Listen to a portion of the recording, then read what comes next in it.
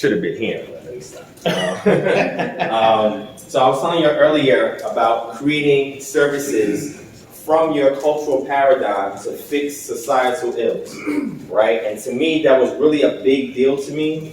And when I first started this journey for this organization, I said, well, we should have something in our culture that we can turn into a service so that we can help the issues in our community, right? So in thinking about it, I had to think about maybe 5 major things that are affecting the community, and if there's something within our culture that we can utilize as a concept and make it practical to fix those problems. So one of the major things I thought about, because I suffered it for myself, was debt, right? So I had good credit on 2 different occasions. Once when I was real young, then I started taking out mad credit cards, and then I lost my job, I couldn't pay it back, and then all of my stuff went to collection, and I owed like $20-something thousand in debt, and I got rid of all of it. That's the first thing. And then the second thing was health, right? I used to have really bad eczema, atopic dermatitis, and I used to have chronic asthma, like really bad, until I decided to be proactive and take measures in my own hands for both situations, right? So what I'm going to do right now is I'm going to pretty much give y'all the inside secret about how to do this. Now, some people may be mad at me because they were like, well, why are you giving away trade secrets? You know, I just think that people need to know, you know, and if you do a good job with the service, then they'll defer to you to do it for themselves. At least they know the process, right? They know how it works, right? So we're going to first start off with Jubilee Manumission. So this is going to be more interactive, no slides. So I'm just going to be talking to y'all so you can ask questions and stuff, right? So let's start with Jubilee Manumission. So we talked about Jubilee, and Jubilee has to do with the year of what? Of release, right? So the concept in my mind is like, okay, so if we're shackled in debt, how do we resolve that issue? And I said, okay, well, the Jubilee and that time was a forgiveness of debts, so that way people can go back and restore back to the original property if they were a slave or a servant to somebody else, right? Or whatever they may have owed and have not had the opportunity to pay back, that debt will be forgiven. And also in Israelite culture, when you're borrowing or lending to your brother, it's without interest. Why is that? Why is it set up that way? Because it's not a business endeavor. It is your obligation to your neighbor. And the obligation stands so that it doesn't put you out of your way, right? Because they still have to pay it back, but it's not for you to make a profit off of it. Because the moment you make a profit off of it, then you're going to be acting as if it's a business, and now I'm going to hound you and stress you out, because at some point you may have to be in debt or ask for a loan, and you may want to be forgiven, right? So it's just thinking about that concept, all right? Taking care of the community, right? So when you say America is a Christian nation, you follow the Bible, well, they charge an interest on every loan you take out. Put your money in the bank, interest on everything. So they can't be following the text, because the text says don't charge usury. But they do it anyway. That goes to show you're a foreign entity and you're not part of the inside community. That's why you get charged that, right? So when I was thinking about that, I said, okay, if we were to enact a Jubilee for our community and alleviate them from debt, how much more can we do? Like, how much of our creativity can we pursue? How much of our passions that we can get done? How much time we can spend with our families, instead of working 3, 4, 5, 10 jobs just to pay off debt that we own, right? So what I had to do in this personal journey was figure out how to fix it myself before I help other people. Now, I don't have my regular slides because I could show this to you guys afterwards. The actions that I took for myself, where I received a notice. So let's explain the whole process, right? Like I said, if you're going to watch this video and get mad at me, I don't care, all right? How many of y'all have a credit repair business? Raise your hand. Or have done credit repair before? All right, excellent. How many of y'all know somebody that has, oh, you said you, okay. How many of y'all know somebody that has that service, or you've seen somebody, not debt consolidation, credit repair, or debt elimination service, where they say, oh, we can get rid of your debt and blah, blah, blah, stuff like that. How many of y'all seen that? Raise your hand. How many of y'all know how that works? Raise your hand. Now, why are you paying for something that you do not know, or supporting something that you don't know how it works? So what I had to do was fix my issue and then figure out how are people doing this. So like, how somebody would get rid of your debt? Like, how is that possible? If you owe it, you got to pay it. Most instances, you don't even owe it. Make sure nobody's watching it here. So I said, what are you talking about? All right, so I'm gonna explain to you as simply as I can how it works. So I had a situation where I was young.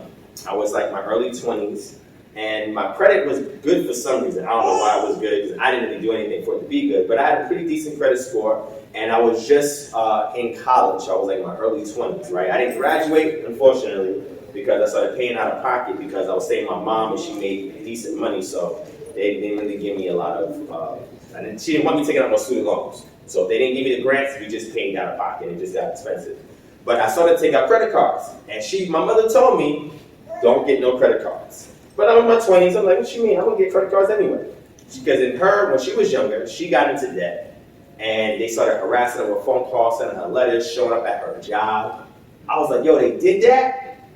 And this was like in the 70s. I was like, they showed up at your job? Like, I've never heard nothing like that. Maybe that just might be a New York thing, but that sounds crazy. I didn't want nobody showing up at my job, you know what I'm saying? And she's like, don't get no credit cards, you don't need it. Just get a job, work, get it for yourself, etc., right?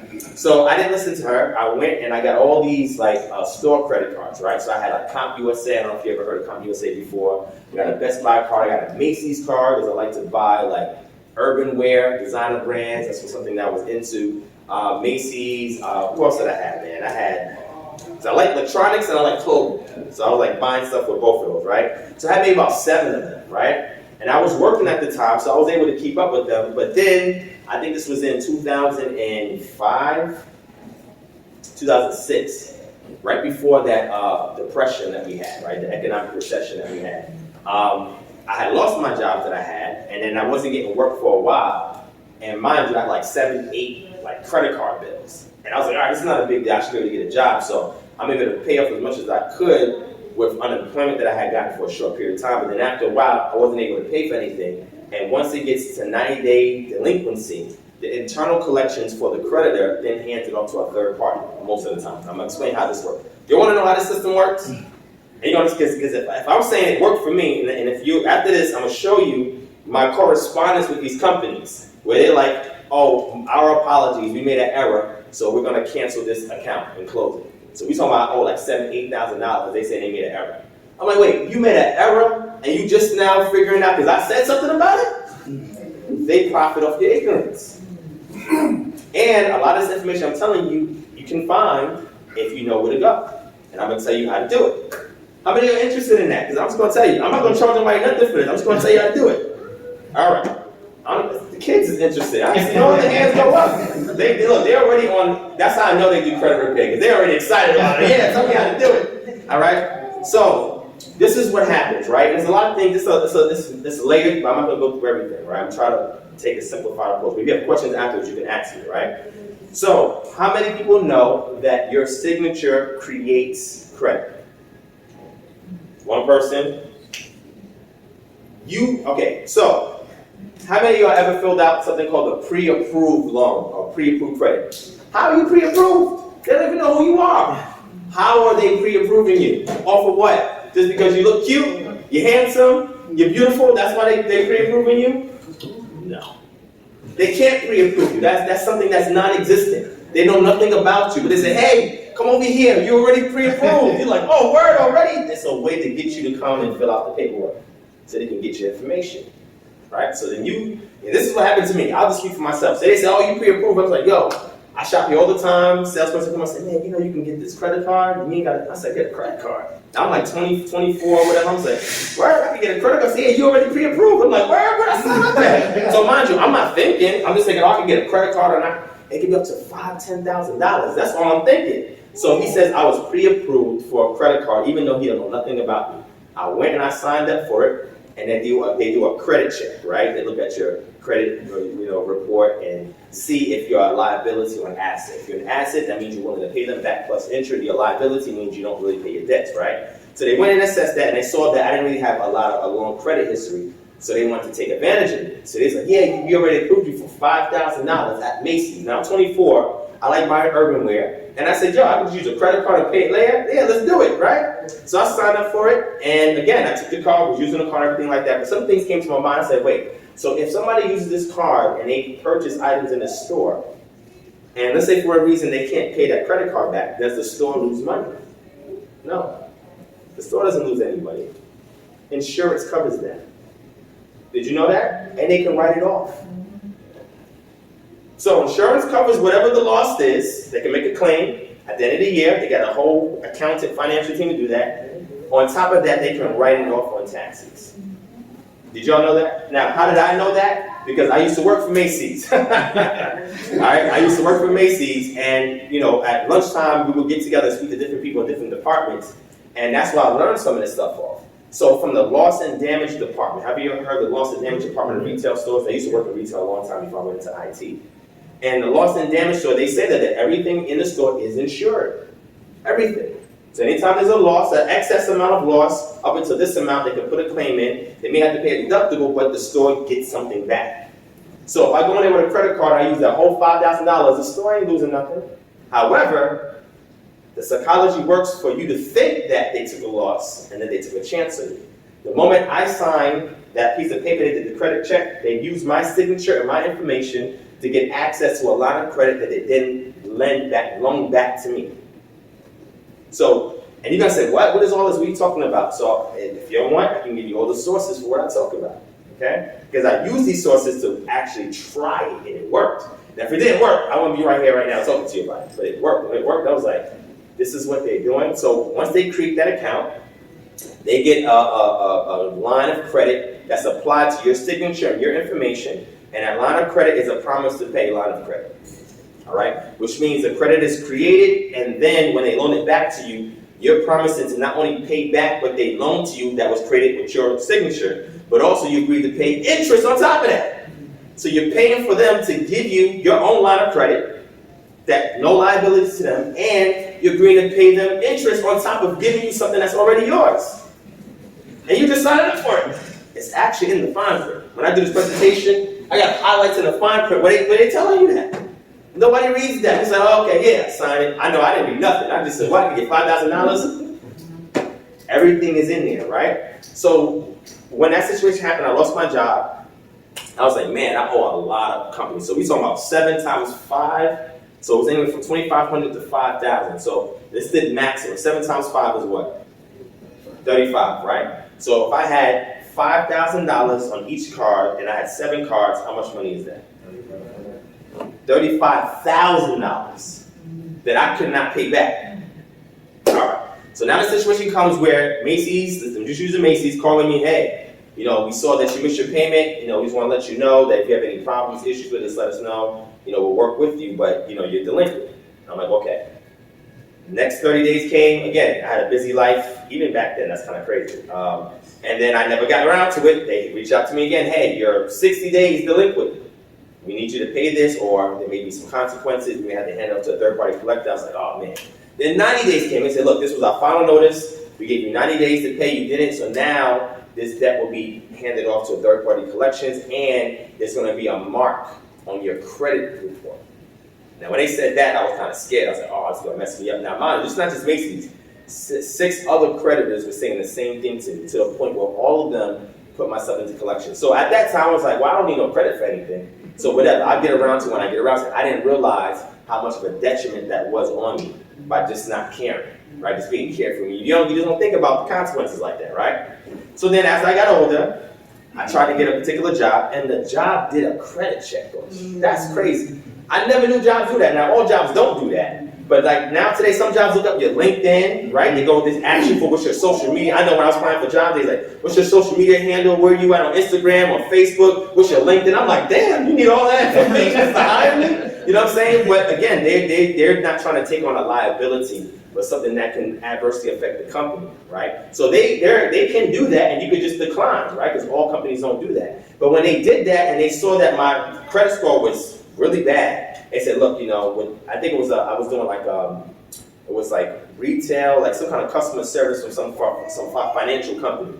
And I was doing customer service for them, not retail, but helping the retail team for a financial company. And they did credit checks on all their employees because they're a financial institution and they want to have a good reputation. Like all the employees got good credit. I didn't. So when they told me that, I was like, damn, my credit score must look bad. So I went and paid at that time for a bank to go run my report, and it was bad. I think it was like 500 for something, close to 500. I was like, wow, this is bad. So my mother, she just looked at me and she said, that means I told you so, right? So then I was like, man, what am I going to do, right? So it was that way for a while. So we're talking about from 2006 all the way to 2011. So in 2011, 2012, so what I did was when I got work, I tried to keep paying back everything that I owed to the bill collectors. However, I started seeing weird stuff. So I would get a notice. It's important to notice. Notice is just a statement. It's not an invoice. What's an invoice? If I give you an invoice as opposed to a notice, what's the difference? That's a bill. I can't hear you. Invoice is a bill. Invoice is a bill for what? For services rendered to you, tangible services that you got to pay back. So you get a cell phone bill, you get an invoice. Why? Because you got the actual cell phone device that you may be putting equipment increments on, or you're using their service, which is the cell towers and everything else. So then you have a physical, tangible item that you're using the services, and therefore they're able to show you the amount of usage and they can invoice you for it, right? A notice is a statement. Hey, you owe me $1,000. That's all that means. You owe me $1,000. That doesn't mean I owe you anything. You're just making a statement. You make it look all official and everything and say, hey, you owe me $1,000. And did you know that there's court cases? Listen how crazy this is, where individuals have went to a person, like a friend, maybe an ex-friend or somebody, whatever, drafted up a letter saying, formal letter saying, you owe me $10,000 for some random situation, went to the county clerk, right? Filed the paper after they got it notarized, put it on file, and then send successive papers to that person saying you owe me money. So the individual's like, I don't owe this. What are you talking about? I owe him $10,000. So they ignored all the notices. That's the no-no. You cannot do that. When something is filed with the clerk, you have to respond. So being that they did not respond, they took them to court. They got them a subpoena, took them to court. When they got to court, the judge was like, hey, tell your plaintiff, defendant, whatever. Plaintiff said, look, they legitimately owe me money. We had an oral contract, and I sent them paperwork saying that they got to pay. And the person was like, nah, they owe none of that. So the judge was like, well, then why did you not respond saying that this is not legit, blah, blah, blah, get it notarized and file it? They said, because I didn't owe it. The judge is like, well, then you have no case. Anytime somebody says you owe something, you have to respond, because if you are silent, you are acquiescing to whatever the accusation is. So that person got awarded $10,000 for a lie they made up simply because the person did not respond and they knew the law. That's crazy. What's even crazier is bill collecting agencies do the same thing. So there was this, I think it was on one of those interrogative channels, maybe NBC. They got like this channel where they asked this guy to go and help them with like these issues and stuff like that. I forgot what section. This was like years ago. I seen it. So one of the times they had asked him like, hey, I got this notice from this bill collection agency saying I owe $10,000 and this debt is not legit, whatever. So he's like, well, did you respond to him and say yes? But they kept showing me that I didn't owe it. So when they did investigation on that bill collection agency, they found out that that agency was not even licensed. They were not even registered in the state to collect. And they had other aliases before that as fly-by-nights, where what they were doing was they was doing a scam where they would, and this way you can access this now with the dark web and everything, they was getting access to people's credit reports, finding a debt on the credit report that was overlooked and maybe nobody picked it up or was sold to a third party, creating a document from that information saying the person owed the debt, and then writing a letter saying that we're collecting on behalf of this agency. That person never challenged them and said, okay, I guess I do owe it, and paid that company. After the debt was paid off, the company was never heard from again. It disappeared.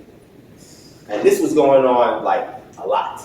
So there's something called the Credit Protection Bureau. I don't know if you've ever heard of the Credit Protection Bureau, that's overseen by the FTC, that they're responsible for telling you what your rights are as a debtor. What your rights are, what they can and can't do, what you need to ask, what kind of letters that you write, okay? So when a situation happened to me and I started doing research, I was like, wait a second. Are you telling me that I created this line of debt, they make me pay back something that is mine already, and then I got to pay them interest on top of that because they're rendering a service? It's in the fine print. They're giving you a service. You're paying for the service. That's what you're paying for, and you're not even aware that that's what you're doing. And it says that any item, when you sign it, for some credit cards for stores, because the store doesn't offer the credit card, a bank offers it through the store. The store is just the frontman salesman for the bank, and then the store gets a percentage for allowing the bank to run their business through the guise of the retail store, right? So now we have a situation where I'm like, okay, so you're telling me that I create the credit, they use my signature to create a line of credit with no liability to them, and then on top of that, not only am I paying back a line of credit that they use to create with my signature, I'm also giving them interest on top of that because they're providing me a service. So that means they're getting the money back, and I'm giving them interest. That's how it works. And then on top of that, when they give it to a third-party collector, there are collection agencies that go to these big companies and say, how much debt you guys got today? Oh yeah, we got 5, 10,000, 8,000, but mind you, there's no loss to the bank because everything's already been written off, tax write-off, insured or whatever. So they go to the company and say, okay, hey, we got a debt here for $5,000. We'll sell it to you for $2,000. Go ahead and collect it if you want, right? Because it's still paperwork. So they go and they buy a $5,000 debt that you owe for $2,000. And then they send you a notice. This is when I started to pick up on these red flags saying, yeah, we saw that you owe Macy's $5,000. However, we're going to cut you a deal. If you pay us X amount of money now, we'll let you buy it for $3,000, even though you owe $5,000, because they purchased it for less and they're making a profit and getting their money back. So when I realized that they were doing this, I'm like, this can't be real. I'm hearing all this stuff. It sounds good. I'm like, this can't be real. So I said, you know what? Let me try it. I got nothing to lose. I owe this money. Let me try it, right? So I created something called a conditional acceptance letter. Does anybody know what that means? Conditional acceptance. And mind you, I'm trying to simplify everything because I don't have a lot of time. You know what a conditional acceptance letter is? All right, so conditional acceptance letter is this, right? Some entity says you owe $10,000, right? There's two ways to respond for it, honorably and dishonorably. Dishonorable way is if they give it to me and I ignore it. That's dishonorable. If you ignore it, what that does is that it puts you in the wrong standing where if a court has to get involved, a third party has to spend resources to adjudicate over a matter that you as a citizen who should know their rights should already have done the correspondence and settlement with whoever it is that you owe the debt with, right? So when you ignore it, in law, silence is acquiescence, it's consent. When you don't say nothing, that means you're saying, yes, I'm guilty, okay? That's the first way. The second way is they give it to you, you say, what? I don't believe in all this. So you call them up and just curse them out. I don't owe nothing. I'm not giving you anything. Don't ever call me again, whatever. That's also dishonorable because that's not how you respond to a notice, right? Because you go to court and they say, well, how did the person respond? Very belligerent and cursing and everything like that. And those calls are recorded. They could play them back in court and say, look, they caused an injury to me as a business when we're trying to assist this person and they say an ABC. So when you ignore it,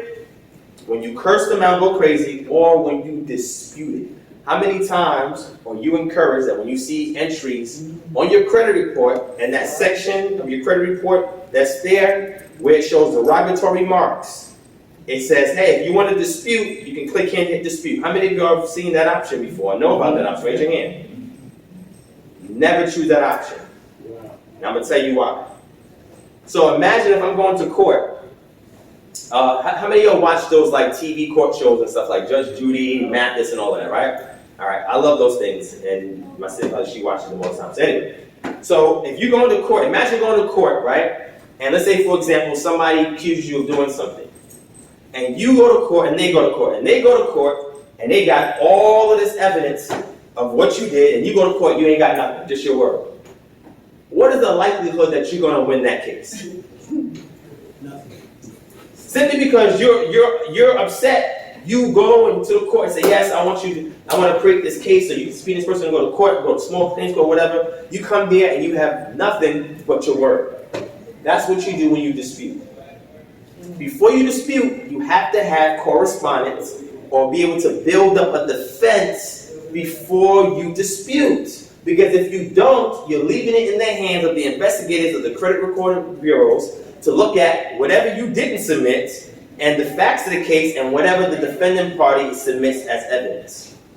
So chances are, because they're covering their butt, they're going to be able to prove better than you can that this debt is legit. And after you dispute and a settlement is raised that yes, you really do owe it, there's nothing else you can do from there. And you're done. And you got to pay that debt. You never dispute unless you have correspondence or evidence to back up your case. So what a conditional acceptance letter is that you get a statement. Let's say you do, owe something, right? I'm not telling nobody not to pay nothing you owe. However, you need to investigate to see if that debt is still legit, because if a third party purchased it, that's not your problem no more. Sometimes the large corporations will have a third party that they actually pay to collect on their behalf, right? And they make a commission. That is somewhat legit. If it's a third party not connected to original creditor, and that third party is collecting on behalf of the creditor of a debt they already bought, why you gotta pay for it? Somebody already took care of it. Why am I paying you if you bought the debt already? It's not me. So what you ask is, you ask for the ledger.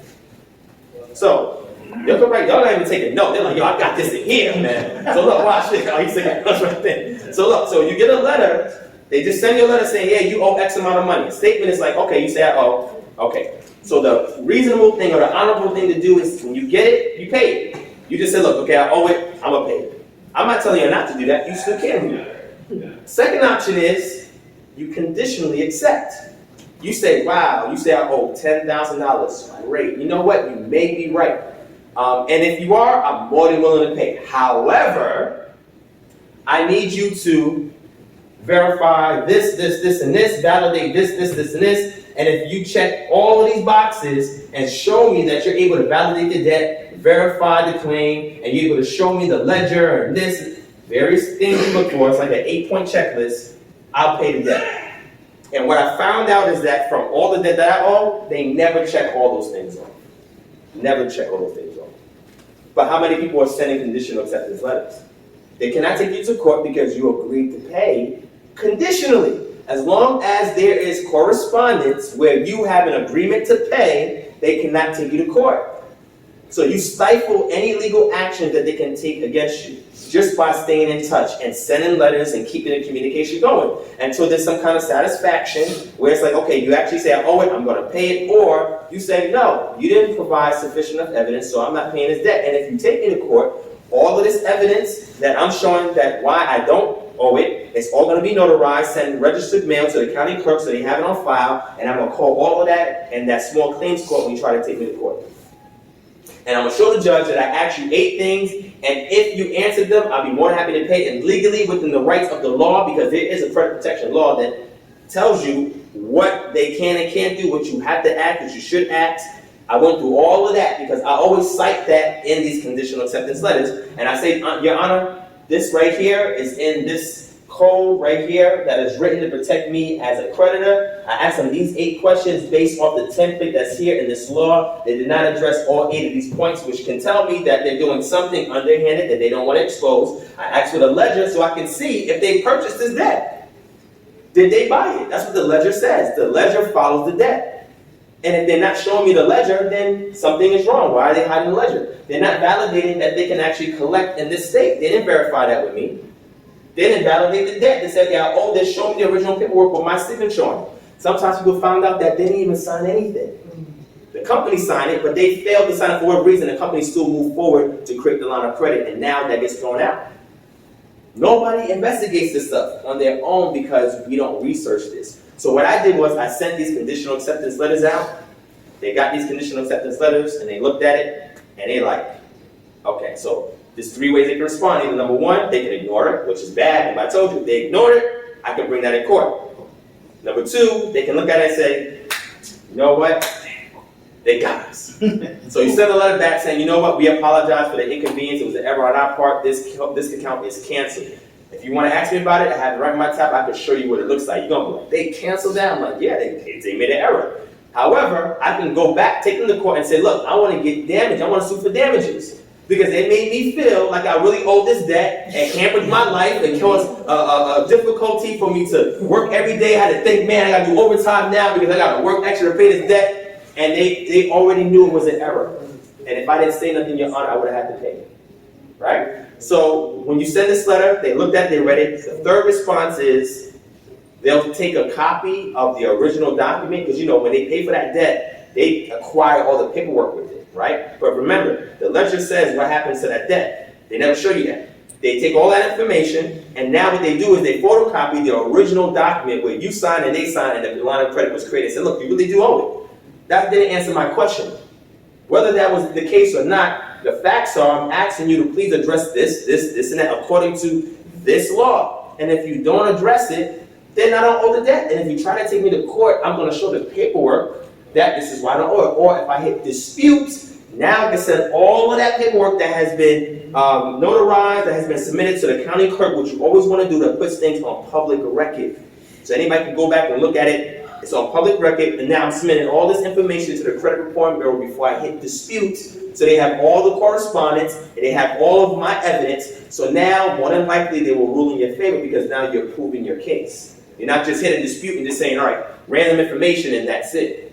So we do conditional acceptance letters to challenge the authority and legitimacy of any third-party, non-federal, non-state, because mostly we deal with banks and third parties, to verify the debt, validate the claim, also asking to release the public ledger. Let's see where the ins and outs of this debt go, because if there's more ins than outs, more outs than ins, something is wrong, something is underhanded. I want to see the paperwork that you filled out when you collected this debt from the original creditor. Where's that paperwork? How do I know it's legit? Show me that you can collect in the state. Where are you registered at? How long has this company been in business? Have you had anybody challenge you before because of unscrupulous practices or whatever? You ask all of these things in that letter and you send it to them.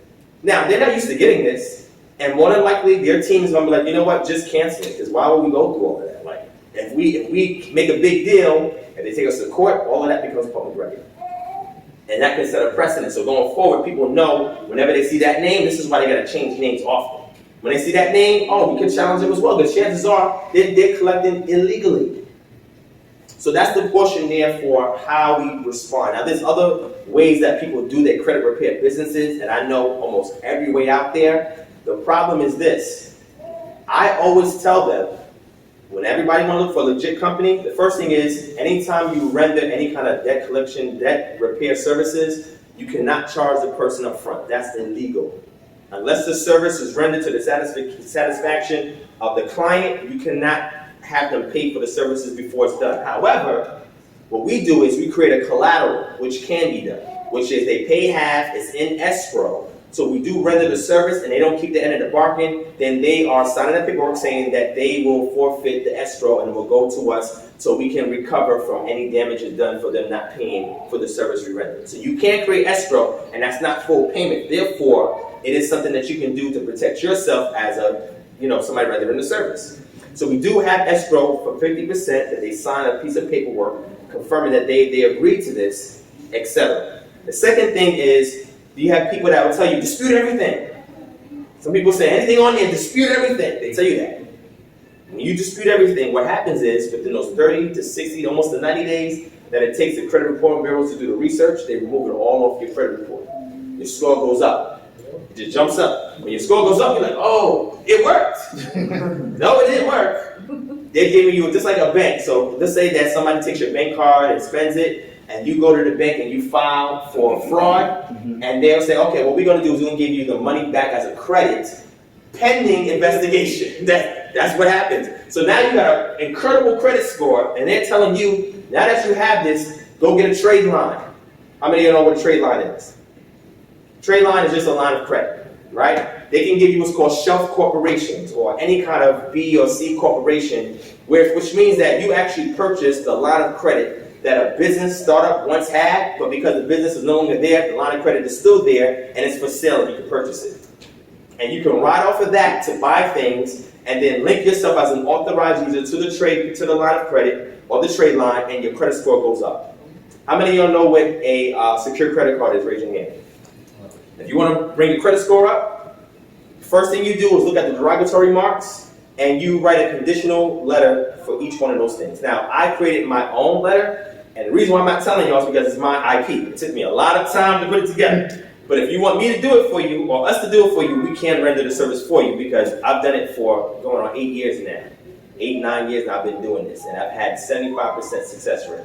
The other 25% because of some technicality and stuff that people didn't follow up on, or something they didn't tell me, and we couldn't help them, right? So 75% success rate, and we've eliminated almost, I think, maybe $95,000 worth of debt.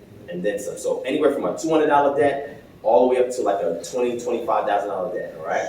So you look at the derogatory remarks, you write a conditional acceptance letter. So if you get Credit Karma, anybody has Credit Karma in here? Credit Karma is free, you don't pay anything for it. However, you think it's free, but they get paid, but that's another story, right? Experian, how many of you heard of Experian? It used to be TRW in the past. Experian is the third credit reporting bureau, and they're independent of TransUnion and Equifax. And they think that it's the bougie kind or whatever the case may be. And they do offer a service that they can do for you for $10, $15, or $25, right? But your initial request or inquiry is free, right? So what you do is you go to any one of these things, you should look at all three, go to the part where it says derogatory remarks, and expand. In there, it should be the name of, now if you don't see these details, something is wrong and you can dispute it. It should be the name of whoever that bill collection agency is to be there. It should have a contact number, an email address, the date that they actually acquired the debt, the amount of the debt owed upon acquiring the debt, and how much balance is on that debt that you have to pay. All those details are there. Once you get that information, you get that address. When you get home, you said, okay, cool. And this stuff you can find online. Like, I ain't got to tell you what to do. You can find it online. Like I said, the FTC has bureaus that's under them that tells you how to write these letters. See, I'm giving you all this stuff for free, right? You write the letters to each one of these places, even if one drops off. That's helpful. You write the letter to them, see how they respond. If they don't answer all your inquiries, you're in good standing. You send a follow-up letter, say, hey, look, you sent me, you either ignored me, you sent me some original document, which I already know, but you didn't answer my question, so I'm giving you another opportunity to do it. You have to space it out about 30 to 60 days when you do this, so it can take a little bit of time. Then they have the second chance to respond, and if they don't respond favorably or they don't answer, the third time you send them and say, look, I'm going to consider this debt canceled because you didn't answer A, B, and C according to this law, so now I'm going to file this with the county clerk. So they have it on file. I'm going to send it to the FTC, and I'm also going to give it to each credit reporting bureau so they are aware of our correspondence. So if we try to take it to court, I can subpoena them as witnesses because they received documentation. Now you can get the credit reporting bureaus, a representative from them to come to court for you. You get the county, a representative from the county to come to the court for you, and FTC. You get all of them involved if you have to go to court. Because you sent them a documentation that required for them to sign off on it, which means the postman said, hey, look, I can't release this to you until somebody signs for it. That's why you said registered mail. They sign off for it, which means they have legally possessed it, and now if you have to subpoena somebody that has legally received a document that's been notarized, they have to come to court. You can even subpoena the post office and say, look, I want to know the postman that delivered it, just in case we can get his testimony that he actually delivered everything that I sent to this place, because they can ignore it, and they can say, well, we didn't get it. Oh, you didn't get it? I sent it registered mail. We have a receipt saying somebody signed off on it, so we're going to go and subpoena the post office and send somebody to court to show that that was the carrier that actually went and delivered, the courier that delivered it to your door, and you signed off on it. That's why you get everything notarized and everything registered mail. Certified mail is another way to do things, but this forces them to actually think about the consequences if they want to continue to move forward on you. So once you do that and you get 1, 2, or even all of them off your score will go up. The next thing you do is you get a secured credit card.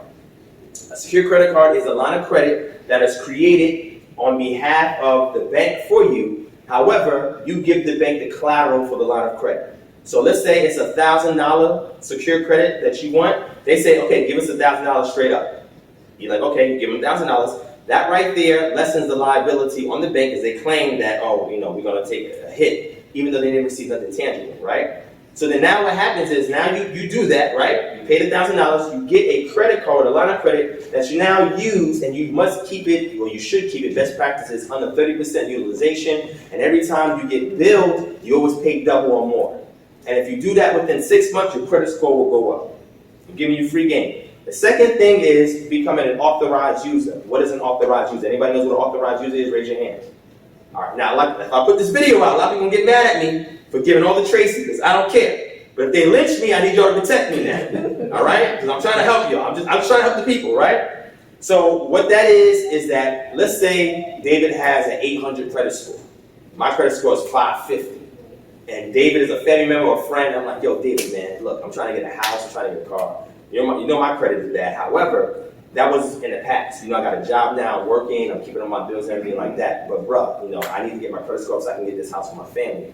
Can you help me? And David was like, okay, yeah, how can I help you? Hey, David, speak to your bank about adding me as an authorized user. So an authorized user is somebody that is technically authorized to use that line of credit along with David. However, no liability for whatever's owed for that debt goes to the authorized user. That means the person whose line of credit is fully responsible for anything that happens with that authorized user. Parents used to do this, or still do this, in other affluent communities with their children. They'll take a child that's 18, 19, 20, about to go to college, something else, don't really have a credit history, add them as an authorized user on their line of credit, which means they can decide whether they should get a physical card or not. And what happens is the experience and the history of that line of credit now transfers over to that authorized user, and it falls over onto their credit report. So that means his 800 score, whatever line of credit he adds me to, the history for that, back up to 2 years, sometimes even older, will then transfer to my report. So now the credit report bureau is going to look at that and say, wow, if somebody allowed him to use the card and we see no issue since he became an authorized user for 6 months to a year, they increase your credit report, your credit score. Regulatory marks, get a secure line of credit. You can start from 250 all the way up to as much as you want to put on one, and then you become an authorized user with somebody, if you know somebody. If not, then people try to sell you these trade lines from these shelf corporations that add you as an authorized user so that your credit score can go up as well. You don't have to get the trade lines. You can just go through somebody you know or whatever. What we've done is we've purchased these trade lines, and we charge a fee if you want to be added to one of our lines of credit that we have that helps to boost up your credit score. That's it. That's how it works. So anybody's interested in these services, let us know, and we can do an assessment consultation. And if you want to make money, is the last part, we have an employment service where everything I just taught you, right? I give you more details on how to assess it. So if somebody comes to you and you want to do an affiliate. Affiliate is we give you a unique identifying code. You tell somebody about the service and you give them that code. When they call us, hey, this is the situation, we do the assessment, we do the consultation, and if they follow through with our paid services, you get 25% commission just for recommending them. And before you get the commission, when you sign up, we give you a $10 bonus just for signing up. So you get $10 for signing up, and then you make money if people actually follow through. That means there's no liability to you just for joining the program. We eliminate the liability. We get rid of it. There's no liability. Look, bro, that's too good to be true. No, it's not, because that's going to inspire you. Because you can take the money and change your mind, and we just be out $10. It's okay. We'll take a loss on it, but we're extending that trust to you. So at the end of the day, that's something you got to live with, not us. All right? The second thing is, if you want to be a consultant, means the leads come in. You can either make the leads or we provide the leads, and then you do the assessment to see, okay, can we help this person? You do the consultation, just tell them stuff that I told you. And people can do this on their own. But you know what most people say? I ain't got time, I can't do it. Can you do it for me? Sure, we can do it for you for a fee. And then you tell them what that fee is. They say, okay, cool, I don't care about it. I just need to get done. Can you do it for me? So when that happens, now that's where you get your commission. You get 50% commission off of that for being a consultant. So if we render them a service for $500, you get $250 for that one person just for rendering them a service. Or if it's $500 and you just did the affiliate, you get 25% of that $500. So it's a way you can make money on the side, or you can actively use it as a job and actually do this if that's something that you're interested in doing. All right? Now, my last 10 minutes, let me get into the health situation. I'll make this really quick, all right? So, these are two guides that I purchased recently. Earlier this year, I purchased this. A lot of the information in here, I was already aware of. I have one associate who is a nutritionist, and another associate, he used to do a medical practice, but now he's gotten into the naturopathic world. So they help me with some things from time to time, and other things is from my own independent research and application, right? So remember I mentioned to you I had chronic asthma and I had really bad atopic dermatitis. It was so bad that even today, you can still see some of the damage is done, like some of the scarring is done because it was so bad. However, I no longer suffer from those things. There's the same way that I took proactive approach to resolving my societal ill of owing money, I did the same thing towards my health. Now, a lot of times, when you go to the doctor, has anybody here been to a medical doctor? I know it might sound like a crazy question, but I need to ask. Raise your hand. You never been to one? Oh, okay, I'm about to say. All right, so when you go to a medical doctor, right, and you have a problem, what do you tell the doctor, and what do they normally say to you? Well, I can prescribe you, or they don't know. Okay, they'll say they don't know. They'll say, well, this is a very complex issue. We're not sure what the cause of it is. However, we have something that we can prescribe to you that can help to alleviate some of the symptoms or whatever. Now, a lot of times they'll say that sometimes you may get an antimicrobial or an antibiotic, and they'll say, okay, this will solve the problem. Well, antibiotics don't really solve the problem, they create another problem.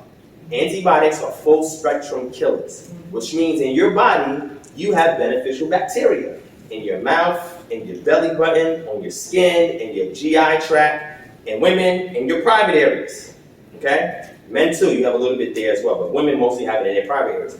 And when that's off balance, that's when women get DV, yeast infections, and stuff like that. But you have beneficial bacteria. When you take the antibiotic, it kills everybody.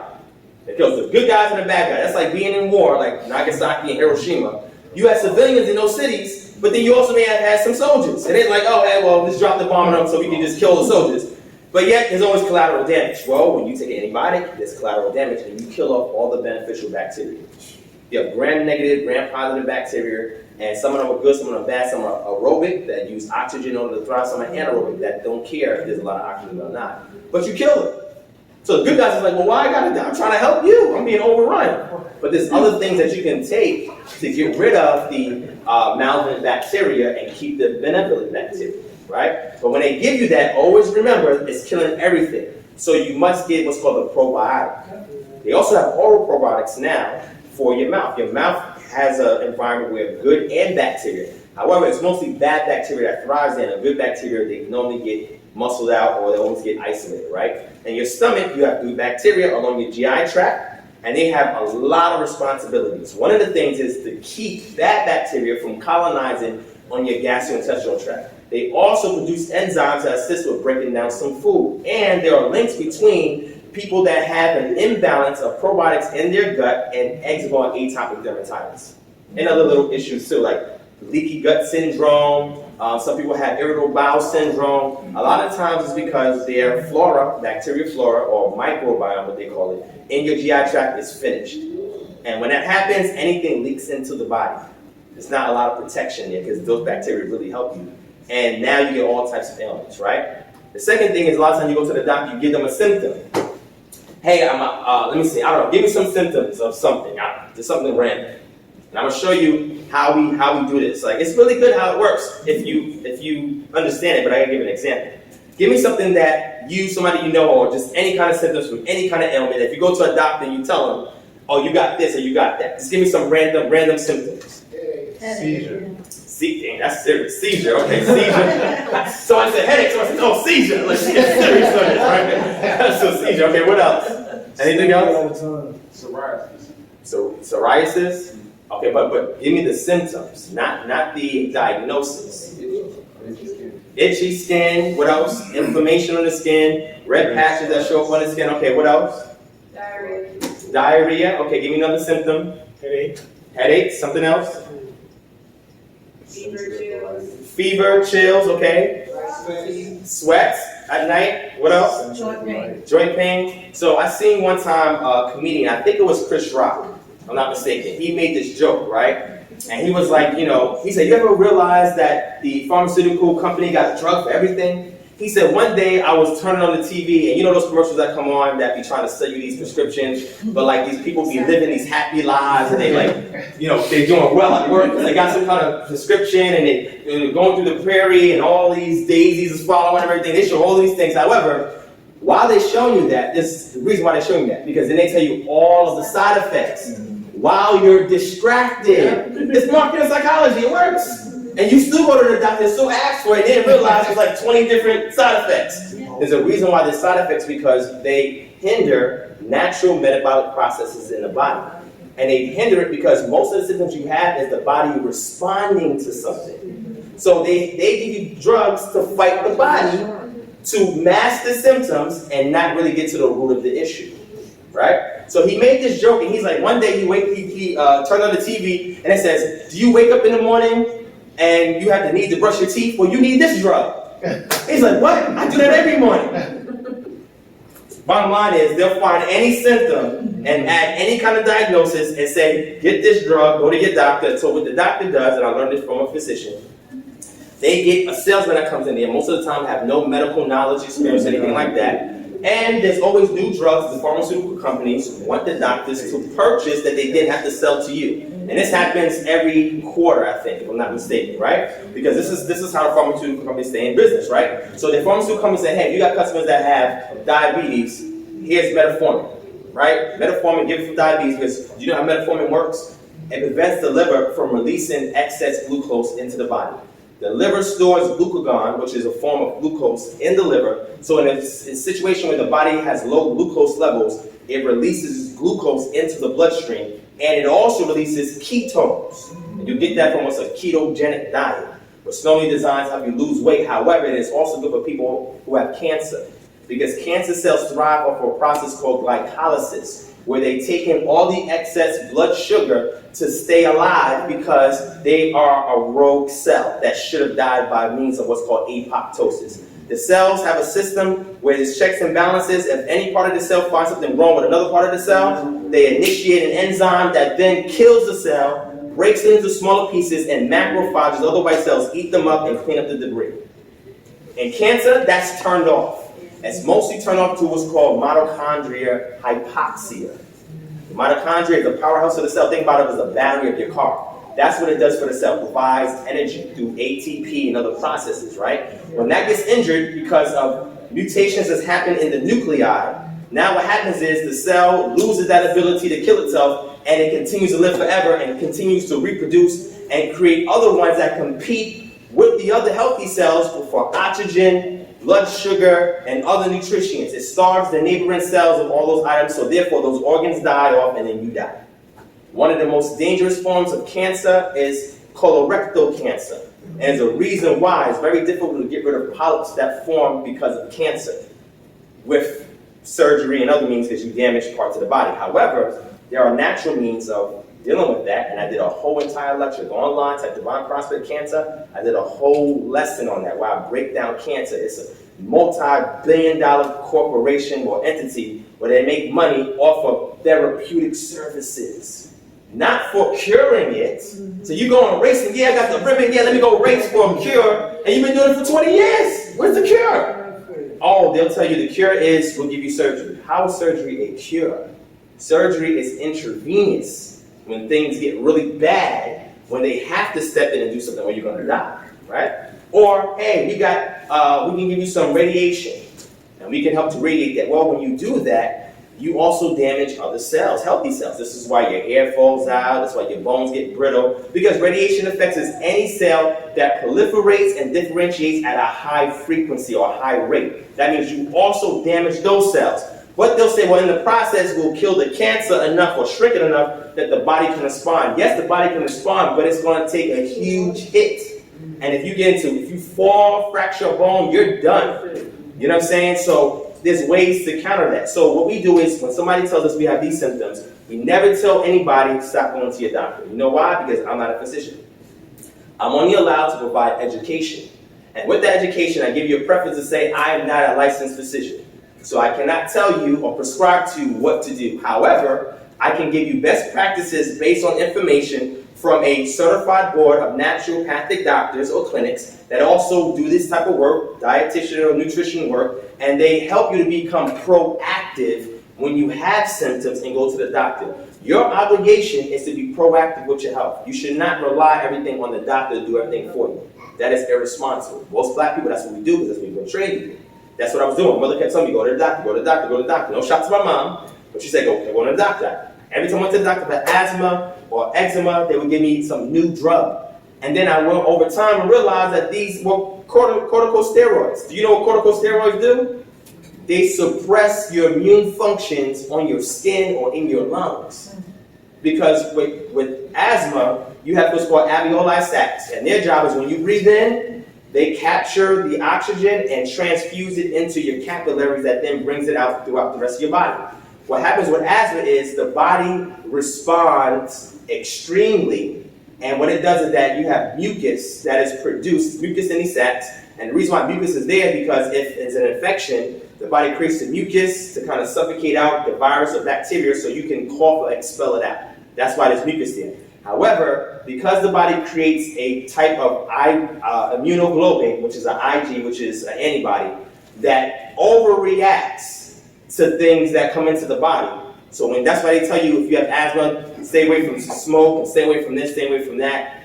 Because when it hits the body at some point was sensitized to items it should not have been sensitized to, which is like dust mites, dust, dander from animals, even dandruff.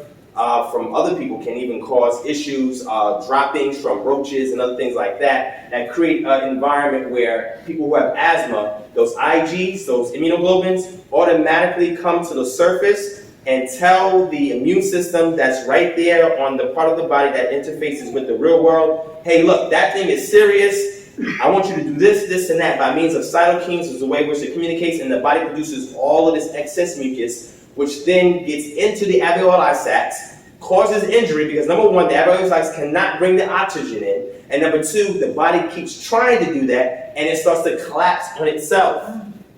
So what happens is they give you a steroid, by the way, albuterol or something else, and the purpose of that is to force the body to stop doing that process and expand.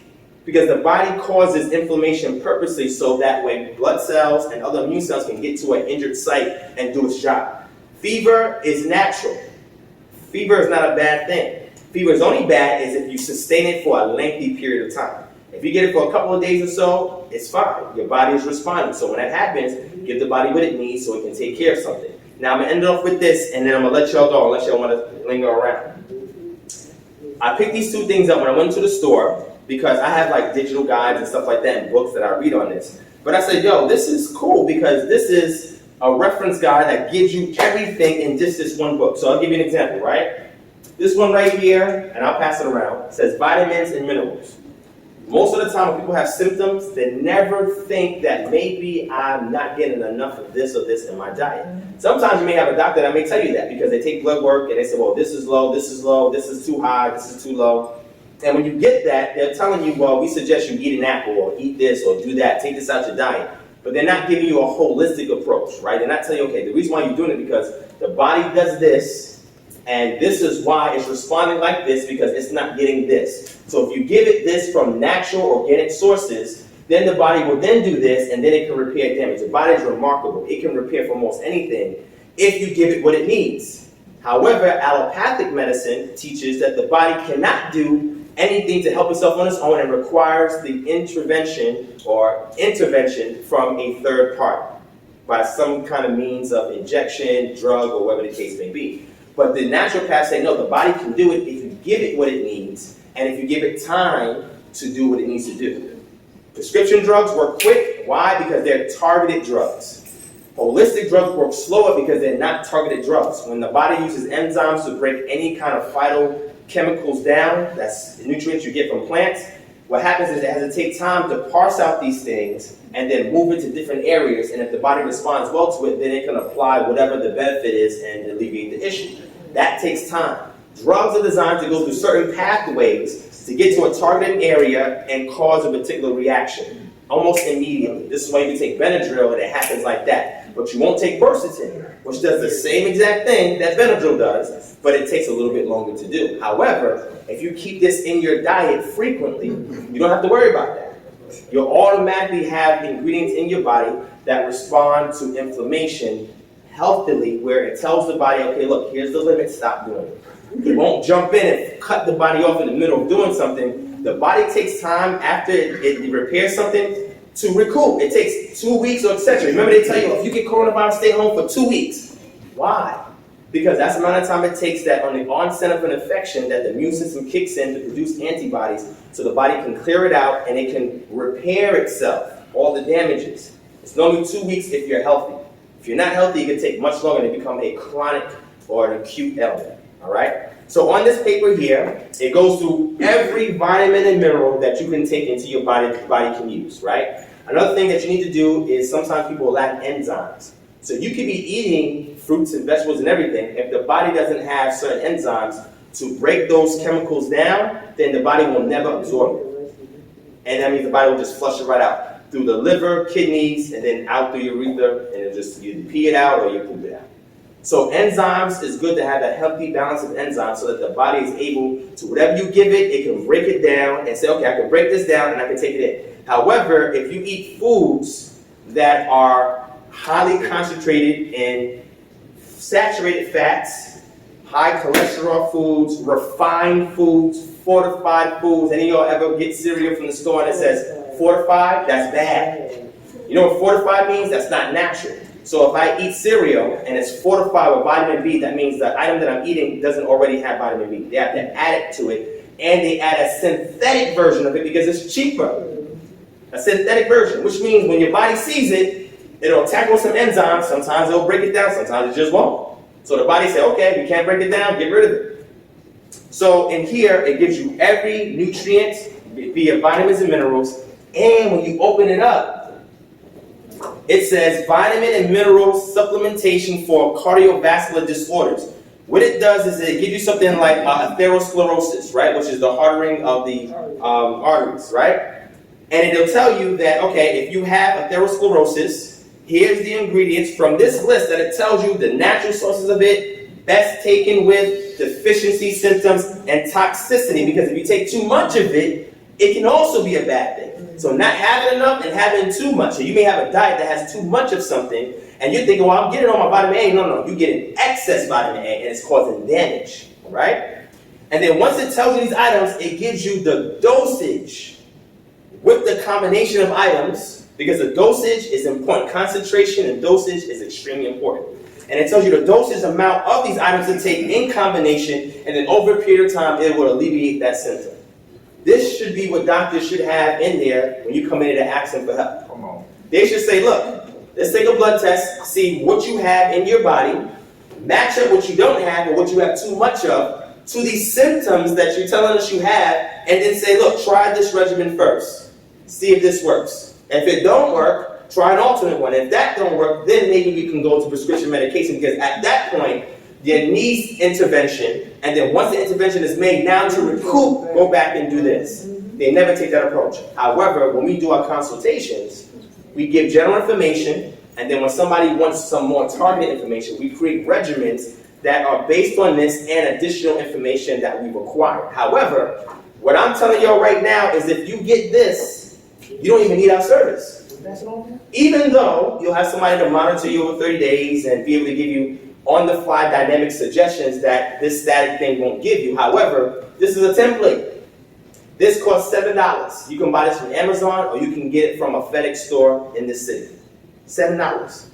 And you can pretty much take care of almost any ailment you have just by following this. Not only has this helped me, because I knew this information before I got this, but I've given this to maybe about 8 or 9 people that was close to me since I've discovered this. They follow this, and now they're on a road to recovery. And the doctor's saying, how are you getting so well? So, I learned about this organ that causes these symptoms, and that this is the root cause, so I figured, based on the blood work that you gave me, I looked at what I was deficient in, what I didn't have, and I said, okay, well, let me try that, and that's what I added, this concentration. Now, the doctor's like, how do you know all of this stuff? You're just following this. I used this concentration, like, I was sick, I didn't have enough vitamin C, so I took 4,000 vitamin D, I took 4,000 IUs instead of the normal 2,000 because I was already deficient. So 2,000 is giving me what my daily value percentage is. However, I'm already deficient, so 2,000 is not enough. So I decided to take 4,000 to double it until I came back and got the blood test and saw that my levels were where it needs to be. And now those symptoms that is attached to a deficiency in vitamin D, doctor, I don't have it anymore. You shouldn't be telling the doctor this. He goes to school, he gets degrees. I'm not saying the doctors are ignorant. However, it's a business practice. Allopathic medicine is a business practice, and they keep you in a mind frame on how to conduct business. When they're in school, medical school, they learn about a lot of this stuff, almost all of it. But what is their application in the real world? They don't do that. However, if they did do that, they wouldn't have a recurring customer. You wouldn't come back. And then they wouldn't be able to get all these payoffs by the pharmaceutical companies. Hey, we'll pay for your yacht, man. Just sell these drugs. All right. You gonna pay for this yacht? You gonna put my 3 kids through college? Let's do it. So this right here, you guys can look at it or go buy it yourself. So you see, you said what? What's it called? You can look at it. I'm gonna pass it around. This is it's called Quick Study Health, Vitamins and Minerals, and the other one is Nutrition. What this one does is that it goes into the various organs of your body and what they do, and how different supplements and nutrients affect, positively or adversely affect those organs or different operational forms of your body. And this, if you take time to read this, you can go through this maybe in a week. Read it, take some notes, and then apply it to yourself. Never stop whatever regimen the doctor's giving you. He's giving you drugs or whatever. If you want to stop, that's on you. I'm not telling you to do that. All I'm saying is if you are getting something from the doctor, do this alongside it. Say, hey doctor, if I eat this in this diet, will it affect the medication that you're giving me? Because sometimes you can't do this because because you're giving a medication that this can adversely affect. That's crazy. You're doing something healthy, but it can affect the efficiency of the medication. You know why? Because the medication is preventing the body from doing something, and this is promoting the body to do it. So it's working against the medication. And that's why they say, well, you gotta let us know if you're gonna do A, B, and C, or eat this and that, take that because it can affect the medication. Like it's a bad thing. No, it's a good thing because the medication is actually stopping something from working naturally. And these two things you can buy, like a passage, you can look it around, and if you have this in your staple and use the other information I gave you, you can take care of these societal ills yourself or begin your journey to taking ownership of your issues and not relegate into a third party to do it for you that you know nothing about. You're just trusting them to do something for you, but you're not taking a proactive approach. And when we provide these services, we give you a customized regimen based on a lot of this information and additional information, and we provide it within 30-day increments. So you pay for a 30-day regimen where we give you these things, we customize it based on whatever information you give us, whether it could be, if you want to show us what your, go to the doctors, hey doctor, can you test me to see if I'm deficient in any minerals or vitamins? You can even go to a third-party clinic. You don't have to go to your doctor. Go to a third-party clinic, have your blood taken, and request what you want, results you want to see from the blood test. That's what I did maybe about 5-6 years ago. And I saw I was deficient in things, and some things I had too much of. So I had to go back and look at my diet, do what's called elimination diet, take some things out my diet until I had a well-balanced diet. I was able to get my 100% daily value percentage either from my diet or supplementation, and with that, symptoms started to go away. Then I added supplements to that to help improve and increase the duration or efficacy of me getting these nutrients so the body can repair itself. All right, and these things, like I said, you can buy it, or with our services, we go over information like I just shared with you based on the ailment or symptom or issue the person tells us. And then with the employment program, works the same way. You can do an affiliate. You do affiliate, we give you $10 sign-up bonus. You just refer people to the service, give them your code, you make $25, 25% commission passively.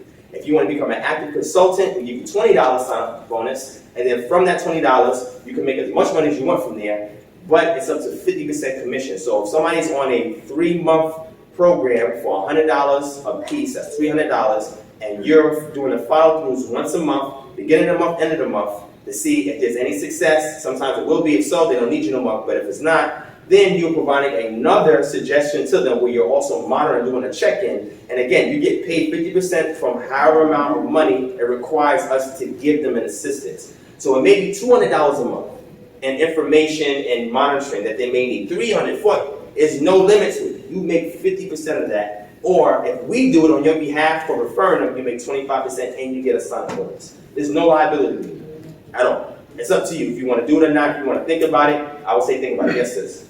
So do we have to follow the guide that you provide? Yeah, so I have some books on health that go into more in depth than this, but these quick guides kind of simplifies everything in those books. It's like 3, 4. So I read a lot of books. I don't know if you realize it, but I read a lot of books. Yeah, I know you read a lot of books. But those health books or those medical journals and stuff that I read, I realize that this simplifies everything. When I saw this, I'm like, yo, how come this is not sold out? I don't see, it was like filled like this. And I said, are people buying this? He's like, no, nobody really buys it. I'm like, do you know what's right here? Like, nobody's buying this? It's because we're not trained to look for these things, so we overlook it. So you can buy this on your own, take initiative to your health, or if you want us to provide you the service today, you can do so. You don't have to do nothing right now. You have the application. Go to the app real quick one more time. We're going to close it after this. I want to make sure you are familiar with the app. You're using the app. Go to the app, open up the app, and look for the 3 horizontal bars. Click on that, and then click Groups. And in Groups, we have Jubilee Manumission. We have the affiliate program. You just want to refer, get 25% commission. Consultant program, you just want to actually do the work. If this is something you're into, and make 50% commission. Or if you want the service from us, you see a group for each one of those things. Click on the group, fill in the information, give us what you're looking for, whatever you want to do, and then when we capture that data, we'll process it, follow up with you, give you everything that you need to do whatever you want to do with it. If you just want to refer, we give you the code, and we give you the marketing material. If you want to do consulting, we give you the training on top of the marketing material, and then you can make as much money as you want from there. So what I'm saying is, if something like this happens with COVID-19, people losing jobs, we just offer the opportunity and say, look, you can make money if you want. You don't have to worry about unemployment if you're not getting it. Some people can't even get unemployment because of some technicality. So we say, look, let's provide this not only as a service, but a means of employment. If somebody just needs some holdover money, until they either get a job or they may even do this full time. It's solely up to you. So yes, you guys can look at this. Also, there's a vending station just so you want to see if you want to grab any last minute drinks or food. Again, you came here, you didn't pay for nothing. Even if you just came for the food and drinks, hey, you didn't lose anything today. You got free information on this. You learned about an organization that you can be a part of. Nothing, no cost to you. So next time I go live, you go in on them in that chat. So this brother didn't charge me nothing to go. He fed us and everything, gave us free information. I try to do what I can for the community. I don't ask for praise, but when people try to join on me, I just need backup to say, look, this brother, he's really trying to help us. You know what I'm saying? So I appreciate y'all.